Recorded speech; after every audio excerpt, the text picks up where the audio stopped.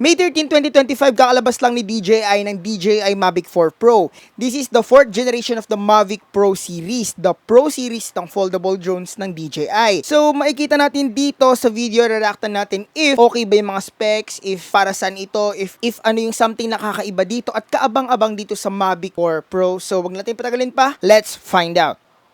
Okay. Mavic 4 Pro. Alright.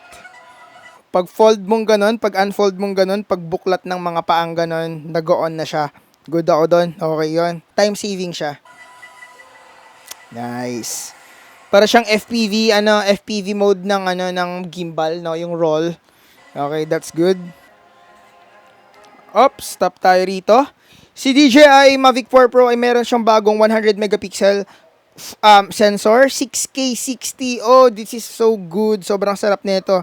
Yung past predecessor niya, which is the Mavic 3, no, meron lamang siyang 5.1K, and dito naglip siya, mas nagdagdag pa siya. It's already 6K and 60 FPS rin siya, no. 1 and 1.3 medium telecamera. Okay, 48MP, and the telecamera. Ito ang pinakagusto ko yung telecamera nila kasi yung telecamera ng Mavic 3 as okay naman siya, pero bad thing lang kasi doon is wala siyang lag, and good thing lang dito sa tatlong bagong camera, sa tatlong cameras niya is lahat siya is log. It can shoot in log, okay? Ako personally, kaya hindi ko pinili na kumuha ng Air 3S or Air 3 or the Mavic 3 Pro kasi once you're in the Hasselblad camera and nag-punch in ka using the 70mm and also the camera na tight, nababago yung kulay mo. So, medyo mahirap siyang ipantay when it comes to editing kasi naka-Hasselblad ka, mag-iiba ka ng focal length, and maiiba yung color science niya. So, good thing dito na lahat sila is log. Note log, na hindi siya D-Log M, okay? Hindi siya gaya ng Air 2S, Air 3, and other types of drone kasi it's D-Log, no? D-Log kung ano yung meron sa Hasselblad na main camera. And that's good. Sana yung kulay nito ay hindi nagkakalayo. And kung ganun man, that's so sweet. Ang sarap nun, lalo na sa amin ng mga nagkukulay ng mga drone footages. Okay? So, let's proceed. Okay, 28mm camera. Okay, hindi siya 24mm if I'm not mistaken, gaya ng ibang mga focal length. Well, it's okay. It's very standard, no? 24 and 28, medyo konting difference lang naman siya, and it's not much of a big deal. Infinity gimbal upward shots. Alam nyo guys, itong version na to, hinahanap-hanap ko siya when I am using the Mavic 3 kasi I am using the Mavic 3 for almost 3 years na. And yung gusto kong shot na ito, yung masyado na siya nakatinga lang ganon. Kasi ang nakakagawa ng ganito before was the Mini 3 Pro and Mini 4 Pro. Kaya niya kasing tumingala pa. Well, yung Mavic 3, kaya niyang tumingala, pero kapag pinush mo na yung drone, yumuyuko siya, bumabalik siyang ganon. So, sana itong upward shots niya na ito, kahit na you are running at full speed, is nakatingala pa rin siya, which is kung mangyari man yon, okay to. That's a revolutionary, that's a huge upgrade, no? Okay, 51-minute flight time, 51 minutes. Duda ako na kaya mong gamitin yung 51 minutes nito, pero siguro you can use like 40 to 45 minutes nito, which is good na yon kasi most of the time hindi yung as advertised lang itong 51 minutes na to, pero using the 80 to 90% of this 51 minutes, okay ka na doon, solve ka ron. Also 90 kph top speed, okay itong 90 kph speed kasi base for me, which is the DJI Mavic 3, it can only run up to, siguro ang pinakamabilis ko na sa Mavic 3 is 70 something lang ganun. So yeah, 90 is good. Sabi nga nung friend ko, pwede na tayong humabol sa Skyway, no? Don't do that. Okay, so technically 90 kph is good. May extra bilis siya, may extra push siya, which is, well, revolutionary on its side. Okay? Damn, 4K 100 FPS camera. Guys, alam niyo ang gustong-gusto ko dito sa 4K 100 FPS na camera na ito is nagagamit ko siya eventually. Siguro for all my use, siguro nagamit ko lang itong 100 FPS na to like less than 20 times lang. Pero good thing na meron siya nito na nilagay rin nila ito sa dagdag na camera. Okay siya, very handy siya if you need to punch into more details and to highlight some, actions like that.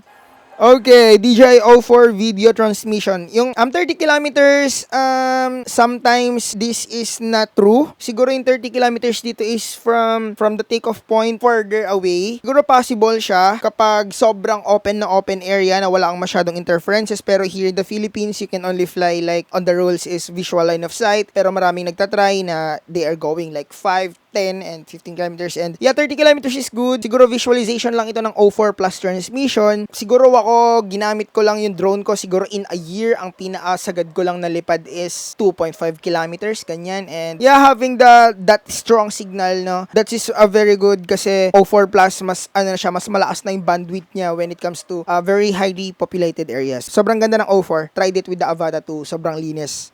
Boom! Active Track 360. Ang gusto ko dito sa Active Track 360 kasi is, minsan kasi yung Mavic 3, kapag nawala lang sa frame mo yung subject, nawawala na siya. So hopefully dito sa Active Track 360 na ito is safe pa rin siya, no? Hindi, kahit na medyo may slight edge pa rin siya dun sa frame, is hahabulin pa rin siya. Well, it's DJI, naman DJI, sobrang laki ng technological advancement or ng engineering nila when it comes to this. So, nice. This is good. Ay, hindi ko napansin may ganun siyang angle, may gumaganon. Kala mo naka-gimbal ka na Ronin series Oh my gosh.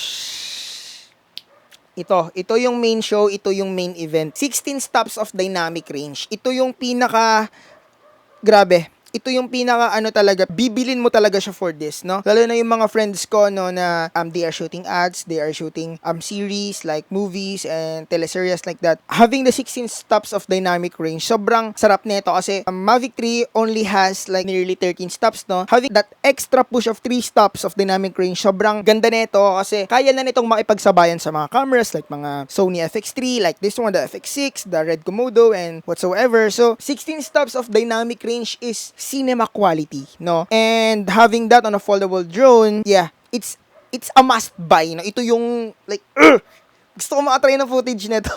Gusto ko makatry actually. So, this is phenomenal to. RC Pro 2 with collapsible design. Uy, parang binalik nila yung Phantom series na na controls and yung buttons, nakakamiss lang yung Phantom series.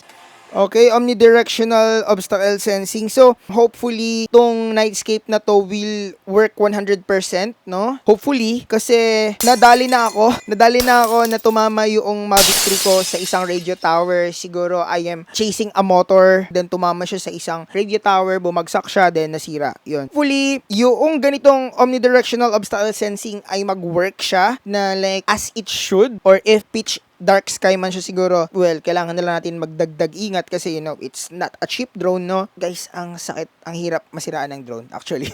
That's the boy, DJI Mavic 4 Pro. So, yan yung inabangan, no, ng mga DJI boys, and this is a very game-changing drone. Well, this drone is, kumbaga, mixture na siya like the Air series, the Pro series, and the Mini series, those tilting, no, yung mga ganon-ganon, yung mga pagtitilt ng gimbal, yun yung talagang hinahanap-hanap ko. And shooting in portrait orientation using the Hasselblad camera is it's a dream come true, no? Yung 90 kph, that extra push of speed, that's a game-changing thing. Okay yun. Hindi man siya yung pinakabilis like what the Inspire has to give you, pero having that extra speed is, it always saves us.